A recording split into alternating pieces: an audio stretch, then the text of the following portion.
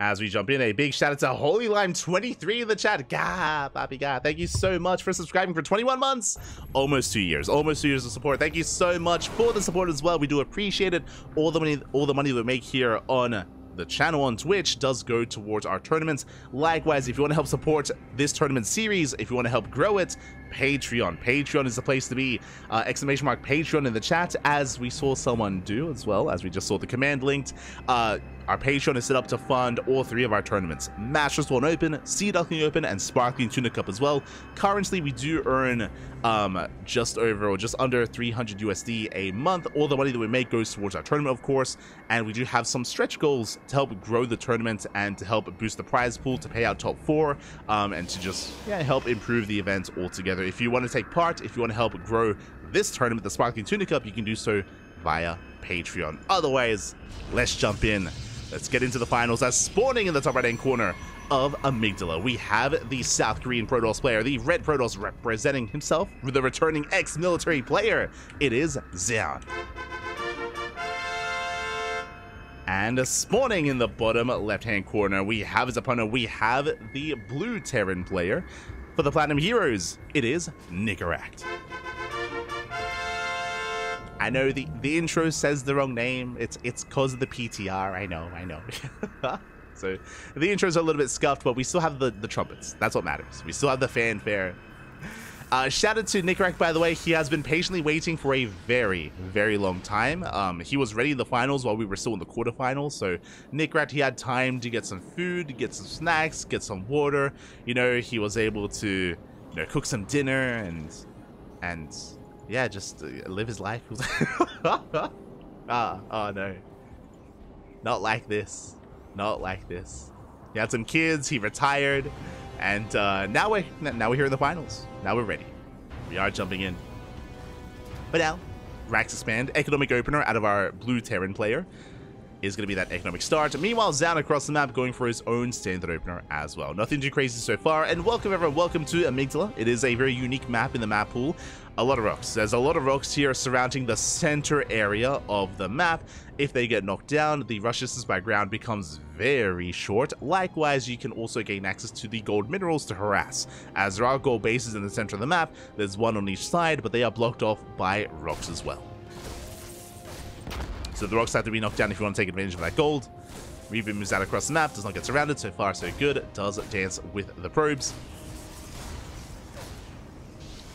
We'll chip away at the mineral line. Likewise, Probe Scout across the map gets cleaned up. Ooh, and Nicoract, he's going to be going for a very economic opener. He's going for a 3rd CC before Rax. Before anything. So Rax expanded to 3rd CC. The Stalker does scout. The Stalker does not get eyes on the main. So Zoun is in the dark as to how greedy Nicoract is being. This should be 3 CC, 3 Rax. This is a very popular build with Beyond specifically. I say Beyond. A lot of the Korean Terran players do like to mix this in, but I feel like Beyond does this more often than not, especially on larger maps like Side Delta, for example, Alkyone, some of these larger, more macro-oriented maps, Golden Aura as well. These are all maps on the current map pool, I should emphasize. So we'll see if Nicoract can get away with this on Amygdala, as there is that 2nd and 3rd Rax follow-up. Now, the power of this build and the power of the 3 Rax lies in actually taking the 3rd base. So because this Nicoract, he can saturate his natural and saturate his 3rd base very quickly. Once his 3rd base gets fully saturated, the Terran player can take a supply lead. They usually do take a supply lead. Momentum goes heavily in favor of the Terran, and they snowball out of control with map control, with their bioaggression, and they can overwhelm a Protoss. It's going to be on Zoun to scout this and to punish this. It's going to be on the Protoss here to punish this and try and delay the 3rd, try and get some economic damage, and get ready for what's to come. Until then, it's going to be a passive game for Nicoract. Again, there's no Reapers, no Hellions, no Cyclones, no drop play because the starport is heavily delayed, so just really defensive play early on to get away with the greed. Because of this, the Protoss can be greedy himself. Zoun getting into his 3rd. We do have that Robo follow-up, just now taking his gases as well. And this means that the early game here is going to be quite passive between our players. Hallucination Scout will confirm the 3rd CC. Now Zoun is aware of just how greedy the Terran has been, and we'll see how he responds. He's moving out. So Blink is almost done, and again, the pressure is on Zoun to pick away at some units, get some SCV kills, get some Marine kills, delay the expansion, do whatever he can with these Stalkers, while he's greedy as well.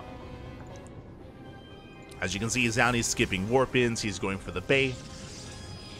Extra production here, extra gateways. Scan reveals that the splash damage of choice is going to be Colossus, not Storm. And Zoun will dive into the main, blinks in. Does blink to the main, will delay the factory, which delays the starport. Going for the Marauders, we'll get one. One Marauder goes down. Zoun doesn't lose a single unit, not yet. Takes some hull damage, but nice pickoffs here by Zoun. Meanwhile, a shout out to an anonymous. Oh my god. Thank you. Papi God. Thank you so much for the $16 tip. Gracias, papi. Gracias. Thank you for the donation. Again, all the money that we make here goes towards our tournament, so thank you. Thank you. Do appreciate it. Love the passion, Twitch unity. Thank you, papi. Thank you. We're all about the passion here, papi. We do our best. We do our best. As Nicoract will take the third. Again, is in the middle of getting saturated. I mean, there was some nice pickups with these Stalkers initially, that is true, but, I mean, it was just, what? An SCV here and there, a Marauder here and there, nothing too major. Nicoract will establish his third. Nicoract has gained map control. We spoke about this, and Nicoract will be able to strip that away from Zoun. Force him back. Colossus production has begun. Nicoract is building up his bio army. He has yet to really hit his final form. He's getting there, though. Nicoract is getting there. Building up more Marines, more Marauders, Medivacs. Getting to his upgrades.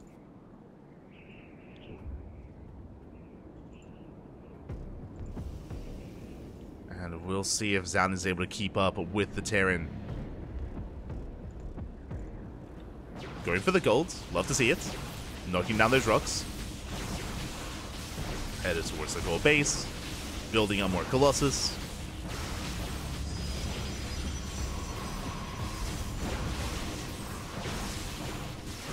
Now, I was really curious if Zoun was going to go for a Templar Archives or a second Robo. We have confirmation, second Robo. So he's going double Robo Colossus into Disruptor production. Bearing in mind as well that the Disruptor is significantly weaker in TvP nowadays, just because it no longer one-shots Marauders. That means that a player like Nicoract, who's playing very bio-heavy, who's very aggressive as well, has the potential to dive on Disruptors, to tank a Disruptor shot as well, he can afford it, and to still break through. So that is something to bear in mind. That is one of the big things that we are keeping in mind in the new PTR, is whether or not the Disruptor change is too much in this matchup. Just because now Purification Novas are going to be a lot more unforgiving as well. So we'll see if Nicoract can break through. For now, he's going for a split push.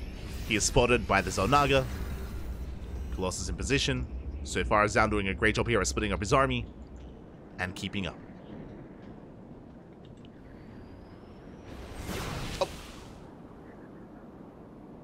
Basically, a big adjustment that will most likely be made in this matchup is it takes 2 Novas to kill Marauders, basically. So we might be seeing maybe 2 shots going out at a time instead, or just more careful play from the Protoss player in general, being aware that there's a little bit less potency behind the Nova.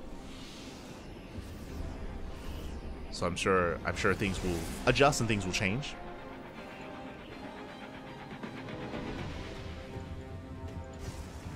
But now But now Zoun, he has his goal base up and running, going for another expansion, and I'm a little bit surprised here that Nicoract, he's actually not moving out with his army. He's chilling back at home, throwing down sensor towers, getting to a 4th expansion. Does spot the Observer. But yeah, Nicoract, he's taking a more passive approach. I mean, again, Nicoract, he has a supply lead, but for the time being, he's not fully making use of it. And this is allowing Zoun to get away with the gold. The gold base is helping him recover and helping him keep up. And it means that that lead that Nicoract once had, it's not as large as it otherwise could have been, thanks to the gold as well. So Zoun has a boosted economy. He's gotten up to 4 Disruptors. Nicoract will be the first to max out, but again, Zoun is not too far behind. And the armies are about to clash. Zoun getting behind the mineral line. He's going to be denying the gold. He denies gold mining. He's getting away with his own. Nicoract trying to break in, but here come those Novas. And Novas going up. Ooh, they graze the army. The one Colossus did fall. And I don't think that Zoun necessarily has to push in, but he's going for it. Takes a big EMP to the face. Vikings do shut down all the Colossus. Yeah, the final Colossus does fall. Novus keeps zoning. So finding it. Oh no! Oh my god, takes a massive Nova to the face. And because of all the stims, I mean, he still does lose all the Marauders. Ay, ay, ay. And Zoun, he's breaking through. He breaks the main army. Takes down all the Vikings. And I guess that's something to bear in mind is, I mean, Novas, they can still launch on Marauders, like, depending on the game state, just like that. Base is going to go down. And GG gets called down. He takes the fight. He takes game number 1. GG. Whew. Oh my god. Mate, playing with disruptors like they haven't been touched. Let's go. GG, well played. Zoun takes the first game here, but again, I do think that Nicoract, he wasn't in a bad position. Remember, Nicoract, he had the stronger economy early on. He was able to take a supply lead as well. He was able to initially gain map control, but you could argue, and I think I would argue, that maybe Nicoract was a little bit too passive. It was a little bit too passive in the mid game. Again, we saw that thanks to the map, I should say as well, we saw that Zoun was able to take the gold, get away with it, use that to help make up for his otherwise deficit, and able to, yeah, keep up when it came to the army composition, when it came to the army supply, and able to take it with one fell swoop, with one big fight. GG. GG, well played. And now we're getting into game number 2. This time, loading into this map for the first time tonight. It is often vetoed for good reason. We're loading into El Dorado. Welcome everyone to the new Golden Wall, but much smaller. A much smaller version of Golden Wall. We'll get into it. As spawning in the bottom right hand corner of El Dorado, we have the red Protoss player, the returning ex-military Protoss. It is Zoun.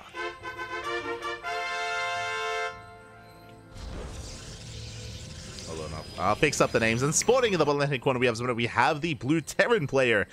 Down in the series, we're going to bounce back in this best of 5. It is a Nicoract. Here we go.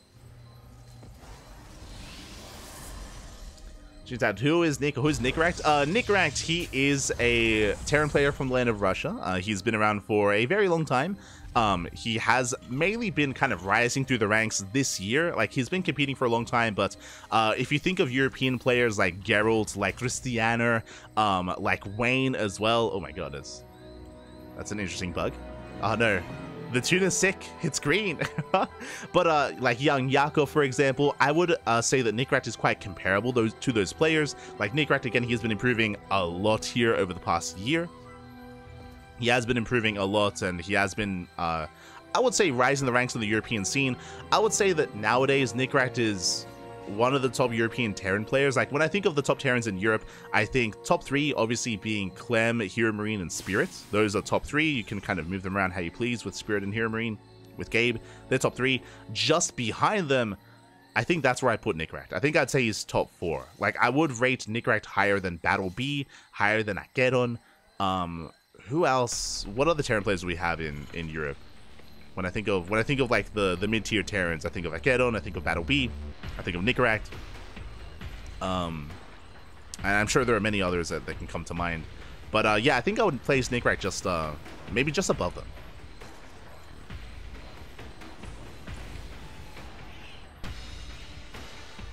Malnourished tuna. Oh no.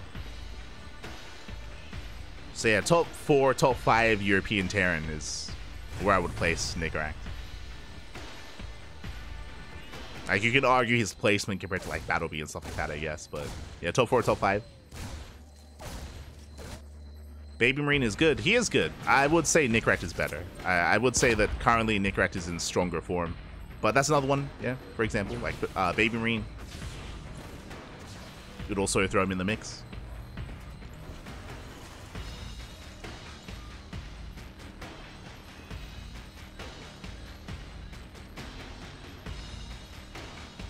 But from here, we are going to be settling in. And oh god, I didn't even get to talk about the map. Didn't even get to talk about it. But welcome to El Dorado.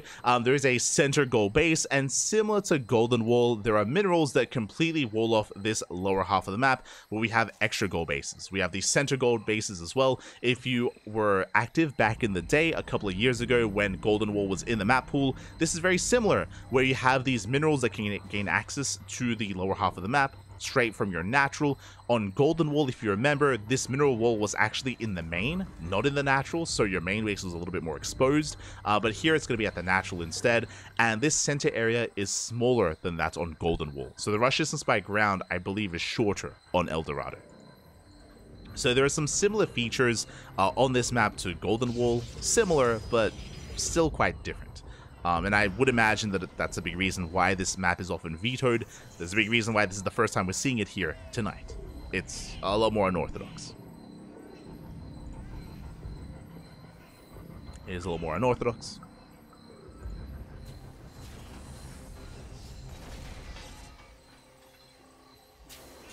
As Hallucination Scout comes in, does get eyes on the setup. It is going to be a 2-on-1 out of Nicoract. We saw this earlier today by Honmono. Similar setup here, where Nicoract, he's rushing into Stim and working towards those 2 medevacs to move out across the map with 16 Stim Marines. And Zoun confirms. Zoun is fully aware of what's going on, and back at home, he should be getting ready. Should be keeping eyes on the drop. For now, he's getting into his 3rd, following this up with his own Robo. Was initially a Twilight Council or a Blink-based opener. I'm not too fond of him moving out, and there we go, he does pull back. Double drop moving towards the main. We spoke about this earlier, but the rush distance by air is quite short, and Nicoract is going straight for the main of Zoun. Moving out with 14 Marines, not 16, as he isn't fully loaded up. But headed for the main. Stalker's there at the natural. Blink is finishing up in 10 seconds, so is Stim. And we'll see what Nicoract can get done. Again, Zoun is more ready to defend the 3rd, less so the main. See how quickly he does react. Medevacs, they do boost in. Zoun does respond, and he pulls away in time. So good reaction out of Zoun. He does pull away his workers. And Nicoract, he's going to be able to catch a couple of Stalkers here, but he's not going to be able to get too much more. 2 Stalkers go down, gets a 3rd Stalker. Not the worst trade, but was hoping for economic damage, and he does not get a single probe. The workers do survive, and Zoun holds. Zoun does hold. Very nice defense here from our Protoss player. Getting into his own shield battery defense, securing himself, even trying to hunt down the medevacs. Zoun moving out, going for the Zolnaga. Medevacs say race back home. And what I will say is, Zoun, for now, is in a better position. He is in a better position. He's got that worker lead. He's on 3 bases. The 2-on-1 needs to get more damage done. I'm afraid to look, but looking at the trades, he got 4 Stalkers. That's okay, but Nicoract, he lost a medevac as well. Did lose a medevac in the process of that push. And he has to keep going. Meanwhile, attempting to mine through these mineral lines. But Classic's in position. Does contain Nicoract. Blinks over the wall. Drop for now, unscattered. Nicoract, he's looking for the Stalkers. Doesn't quite find them. Zoun has his Zolnaga and does spot the drop. Your warriors have engaged the enemy. And Zoun now just building up towards his Colossus production. Colossus on the way.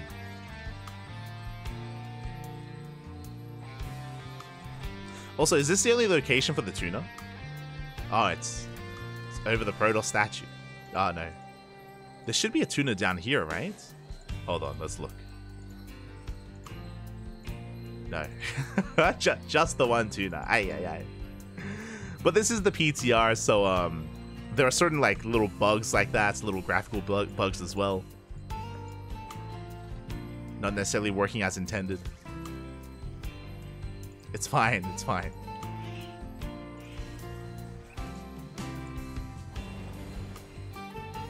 It's not the finished product, I should say. As Nicoract does move out. Headed towards the 3rd. Alas, Zoun has time to respond, getting in position. He's just secure on 3 bases. Likewise, Nicoract taking his own third as well, expanding towards the south.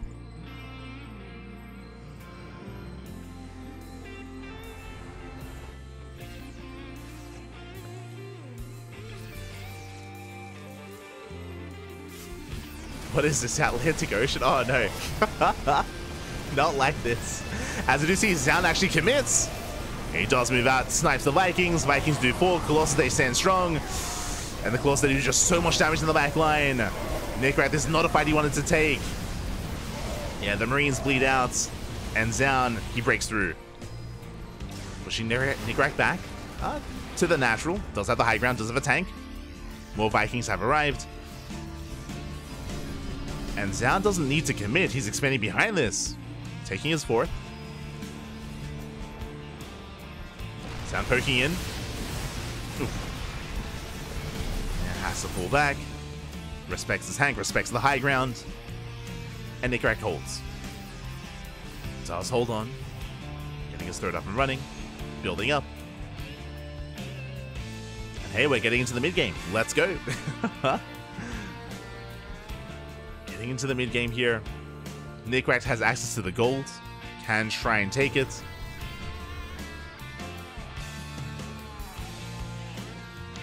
Likewise, Zoun just trying to embrace his own economy. Working towards his own triple robo production. Oh my, that's a lot of robos. Not just that, Temple Archives as well. Towards Storm and Archons as well. So Zoun just working on all his splash damage. Nicoract chilling back at home. Getting into drop play. Zoun doing the same. War Prism is poised to dive into the natural. Nicoract is getting ready though. He has a turret on the way. Will help. And there's the 4CC. That's what we were waiting for. Whether or not Nicoract does expand. And he's going for the fourth. And can take the gold. Technically, he could even mine this gold base as well from his half of the map. From this side. That was something that was done on Golden Ore as well. I mean, even on, instead of Ambion, even on Dynasty. Things like that are done. Means it won't have the gas geyser, but can still be worth it.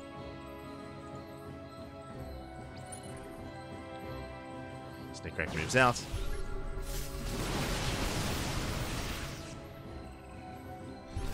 Trading with the army, catching the observer. Oh, okay. So we're not going into disruptors. Instead, Zoun going to be reinforcing with a more Marauder heavy composition instead. Sorry, more Immortal heavy composition for the Marauders. What I meant to say. So the Immortals are amassing. Nicoract looking for an expansion. Doesn't find one. Dropping into the main.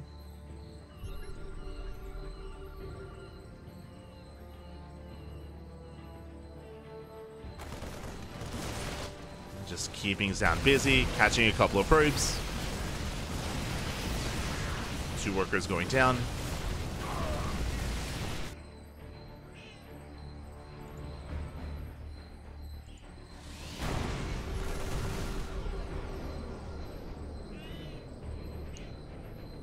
As Nicoract still being active.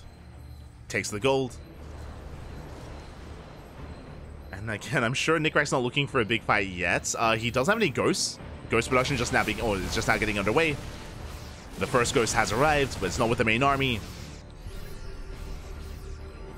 So we have a very delicate dance. Just poking and prodding. Prism dips in. Ghost will defend back at home. Oh. Nice catch by Zoun. Gets a medevac. Gets one. Doesn't commit. That's a lot of Vikings. Jesus. That's how many? That's 10 Vikings for Nicoract. Should be enough. Disruptors coming in for a flank. Novas go off. They do not connect. Yeah, nice target firing here from Nicoract. Takes out both Disruptors. Disruptors go down. Colossus as well. The Vikings, they just shut down the Colossus. And Nicoract, he could try to break through this. There's still one Disruptor left. Has to respect the Nova. Pulls back. Zoun taking another expansion. Nicoract throwing down extra starports, going for the fusion core, and getting into Liberator production. Now, do remember this, that the Liberator change was reverted. Initially, Liberator range was, in a way, kind of removed, and instead, the radius of the Liberation Zone was increased. But I believe that change was removed a couple of days ago. Not even a week, from my understanding. Yeah, it's a couple of days ago. There was an update to the patch. Oh! 2 more liberators go down. Nice target firing. Pro disruptors fall. Yeah, Bjorn, is that you? Calm down. Decent EMP, but he still has to retreat. Yeah, there's no more freedom. Not yet. Has to pull back. Takes down the zealots. But the robo-based army of Zoun a little bit too much. Likewise, too much supply tied up in these Vikings as well. The liberators have arrived. We have freedom.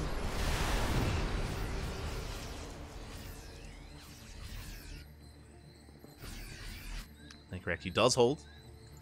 If he was aware of this expansion, he could try to do something about it, as more disruptors are building up. Nicoract is unaware. Zoun taking more bases. More expansions uncontested. Yeah, Nicoract, he didn't scout the northern expansion. Likewise, the southern one as well. And now the goal base is exposed. Nicoract out of position. He's not ready for this. And the planetary may just go down. Yeah, Zoun, he dives in. He will bring it down. Planetary falls. Mineral line as well. And Nicoract, he's racing over. He's trying to. But again, he missed the army rotation, and he didn't mine through these minerals, so the ground army takes a long time to actually go back and forth. And Nicoract unable to. Going for a backup gold, though. But what's terrifying is Zoun's bank. Like, Zoun, he's maxed out, he has a bank to work with, and now if he wanted to, we could even start working towards Sky Toss. Like a fleet beacon, Cybercore upgrade. Speaking, yep, there it is. Stargate. Stargate's on the way. He's thinking about it. He's getting ready for that late game. Nova's going off, decent snipes, but does Nicoract have enough? There's too many balls! Too many Novas! Nice spread here by Nicoract, but alas, he's being overwhelmed. The Vikings do land. They do distract some of the army. Nice snipes. Very nice target firing here. Nicoract does snipe every single disruptor. We'll pull away. At the same time, Zelarambe does get past the liberation zones. Going for the mineral lines, going right into the natural. Oh my god. Yeah, they do get into the natural base, and Zoun, he's pulling Nicoract apart. He takes down the main army, goes for the planetary. And he will bring it down as well. Yeah, with the help of these immortals, the planetary just melts. And Nicoract, he's just running out of resources. He's running out of an economy. He's knocked down to 3 bases once again. And despite Nicoract having some better fights, and it's true, he's been able to take some better engagements, he has no longevity in this game, right? It's like he's just starving out at this point.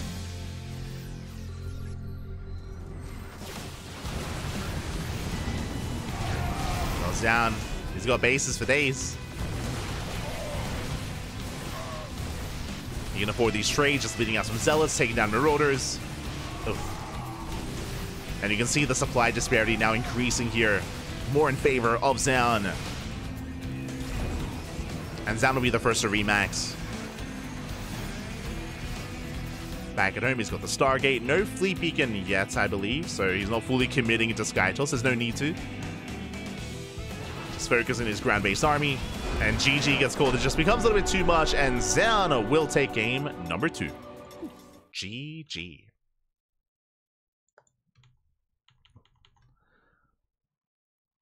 Does take the second game.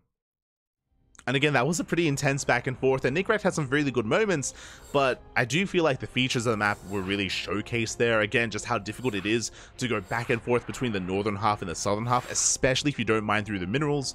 We saw that if you get caught out of position one time too many, I mean, you can lose a base. You can just lose a base, lose an expansion, lose a mineral line as well. Nicoract was getting torn apart, pulled apart even. And Zoun did overwhelm.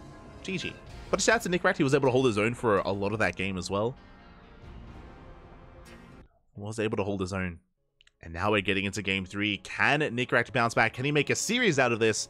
Or does this all end in a 3-0? I'm hoping not. I'm hoping it doesn't end quite so suddenly. I'm hoping for a game 4, maybe even a game 5. But the pressure is on the Terran. The pressure is on. And spawning in the top left-hand corner of Whispers of Gold, we have the red Protoss player from South Korea, just coming back from the military quite some time ago now, but still recovering, still looking to get back into that pro gaming scene. It is Zoun. And spawning in the bottom right-hand corner, we have the blue Terran player representing the Platinum Heroes down in this series. He has to fight back here and now to make a series out of this. It is Nicoract. If you're just now tuning in, if you're curious, the intros, they're a little bit bugged because of the PTR, so I do apologize for that, but that's why the fanfares are showing different names. Just PTR things, don't worry about it. But it is not Rebellion, it is not Storm Spirit, Smurge. Regardless, Zoun looking to spice things up, this time with a proxy. Let's go. Let us go.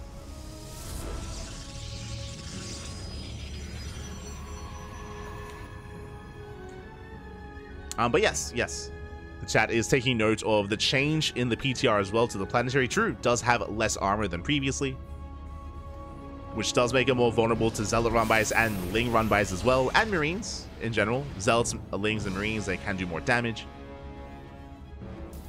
More so than previously.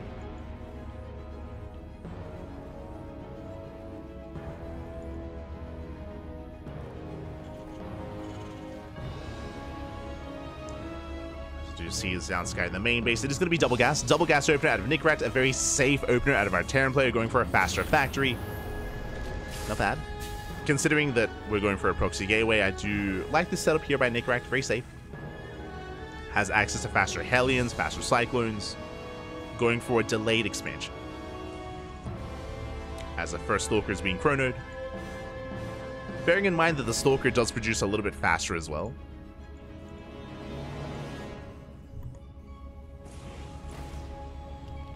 As Nicoract moves out, bearing in mind he did skip his SCV scout, just going for the Reaper scout across the map.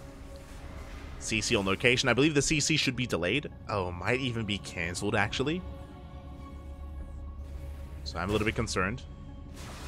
Adept runs into the Reaper. Stalker has arrived. As Nicoract is trying to get into his own Reaper Hellion production. GG gets called as the CC was going to be delayed and he didn't really have much at home to defend. Zoun will take the series 3-0. Smurge, baby, Smurge. Not the way we wanted it to end here again, especially after game 2. Like, game 2 was very competitive. Game 2 was very back and forth between Zoun and Nicoract, but alas, here we did see that he didn't really have anything. He went for a Reaper opener with a Reactor follow-up. Reapers were on the way, and alas, he was going to be forced to at least cancel his command center, pull the boys. Nicoract, he wanted none of it. Does tap out. Does tap out in the end. GG, well played. Don't forget to join the Matcherino. GG, well played. Zoun will take it in the end. Congratulations, Zoun will be this week's Sparkling Tuna Cup champion. Congratulations, Papi. Congratulations. And honestly, this is a pretty big win. Zoun has played a couple of weeks already in our tournaments, and Zoun has yet to really make a deep run. It's been players like Young Yakov or Nightmare or Christianer or Geralt, like some of these bigger names, or Trigger as well. Some of these bigger names have been typically standing in his way, but as a reminder, because this tournament was on the PTR, we did have significantly less signups. A lot of the names that I mentioned weren't here this week. Nightmare, he had to forfeit because he wasn't able to download the PTR in time. And Geralt wasn't here. Trigger wasn't here. Some of these other big Protoss players that are typically dominant in these online tournaments. And in their absence, Zoun was able to rise to the top here. And again, it was not an easy run for him, but he was able to break through. And more importantly, I do appreciate that it does seem like Zoun is clearly more familiar with the PTR. I say more familiar, at least he's familiar with it. We saw him making use of that in his series against Hon Mono, where he was able to make use of the energy overcharge. Like, I do appreciate that a lot of players are actually investing like time and effort into the PTR. A big reason for that is because a lot of tournaments are actually using the PTR as well. Events like the KSRC, the Pigosaur Cup, and our tournaments as well. I already said this before, but if you just tuned in, for the next couple of weeks, our Open Cups, Sparkling Tuna Cup, and Tenacious Turtle Tussle will be on the PTR. Will be at least on the PTR, or I believe there is a mod that's being worked on in the base game, so you don't have to download the PTR. There's a PTR mod that's being updated, and if it's solid, if it has all the changes updated as well, especially with the most recent patch update, bear that in mind. If all the changes are there, then we can just use that as well. But we will be using that to provide testing, right? To provide testing, to provide feedback as well. That's at least our goal, at least for a lot of the organizers, a lot of the tournament organizers. It's something that I really do appreciate. It's something that we didn't have previously. For those that are, again, for those that were around during the EPT on season, the ESL Open Cups were never on the PTR, and they very rarely implemented like the upcoming maps or the upcoming like patch changes. That was just something that was not done in the ESL Open Cups. Now that we're in the off season, and now that a lot of tournament organizers have risen up to replace the ESL Open Cups, like ourselves, like Wardy, like Steadfast, Kalaris, and Rotterdam, Dave Tessa, and Chicken Man, because we're kind of in control of the Open Cups at the moment, we've all, like, in a way, decided to just use the PTR, right? Because, hey, usually without tournaments forcing players to play in the PTR, they just don't, right? They don't ladder on the PTR. They don't have a reason to really, and we're kind of forcing them to do so to try to get as much feedback as possible, to try to make sure that the next patch is as well tested, more so than any other. So yeah, that's kind of what a lot of us have done. That's why a lot of the Open Cups over the past week and the future weeks as well are going to be incorporating those PTR changes and the new maps as well, So that is our plan. That is our goal. That is our initiative here, to try to make sure that we get the best version, the best patch possible, and make sure we get all eyes on it, and we, make sure we realize or we understand like what looks good, what doesn't look good, right? What works, what doesn't work, all that good stuff. So yeah, GG, well played. With that, congratulations to Zoun. My condolences to Nicoract, but again, very well played to make it all the way to the finals as well. Congratulations to Nicoract for making it to second place, for Zoun for making it from first place as well. And if you are curious, this event, Sparkling Tuna Cup, is a weekly tournament. Every single week we do host a Sparkling Tuna Cup, and again, next week, depending on the state of the mod, the PTR mod, we might be using that instead of forcing the PTR server. So that might be on the horizon, and we have a busy week ahead of us. Our next broadcast is going to be in 12 hours. In 12 hours time, we're going to be live on this channel with the KSL. I do apologize, but we were supposed to cast the KSL live on Saturday. I slept in. Fun fact, it was like 2 hours. It was like 2 hours until KSL, and I was like, you know what? What if I napped for like an hour? I was like, I'm tired. I barely slept. What if I just lie down for a little bit? I set all my alarms, and I did not wake up. I did not wake up in time. By the time I woke up, it was like 2 hours into the tournament, and it was like, oh, I think it's this.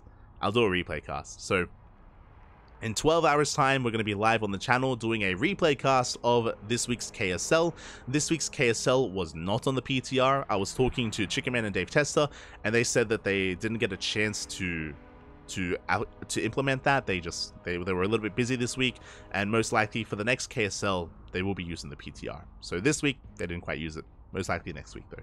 They just didn't have enough time to get it ready for the announcement.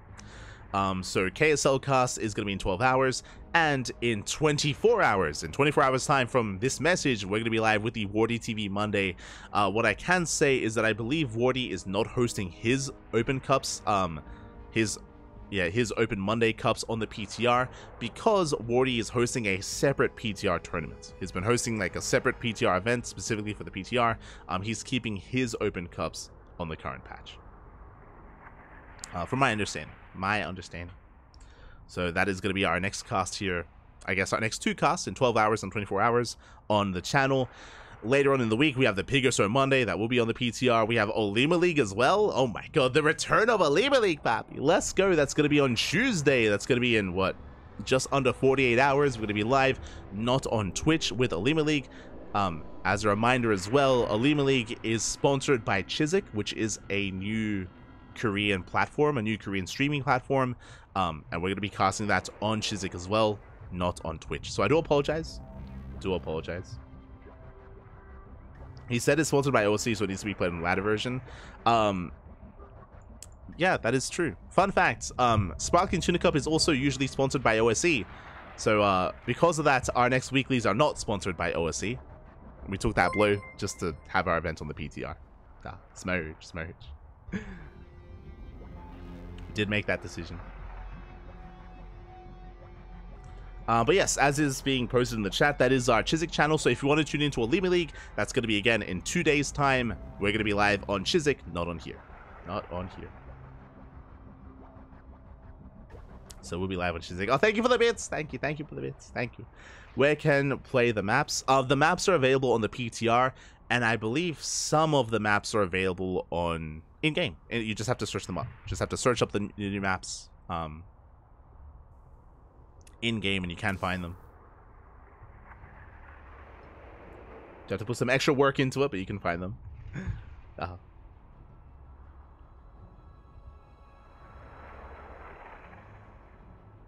Did you have an easy eye introduction? We did. That did happen.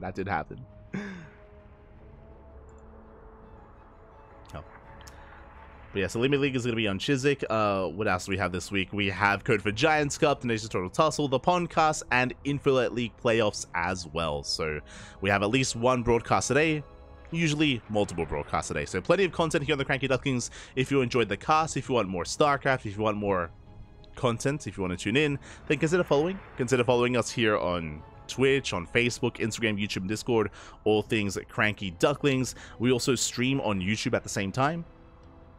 So if you can't watch live and if you want the VODs, then YouTube is the place to be. We have plenty of VODs on YouTube.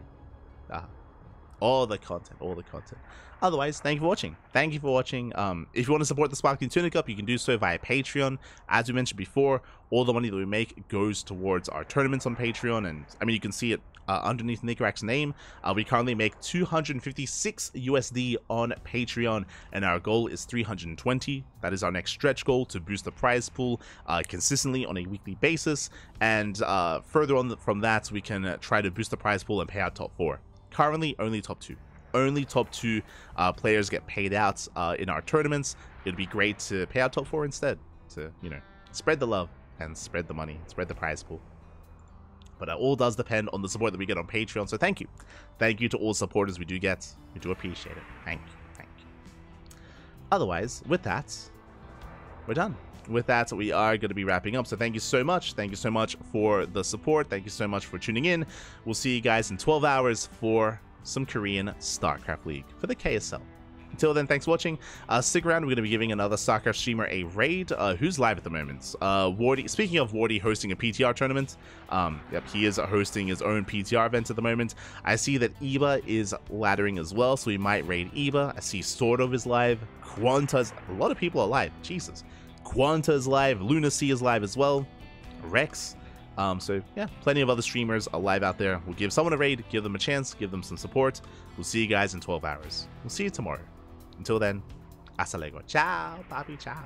Hasta luego.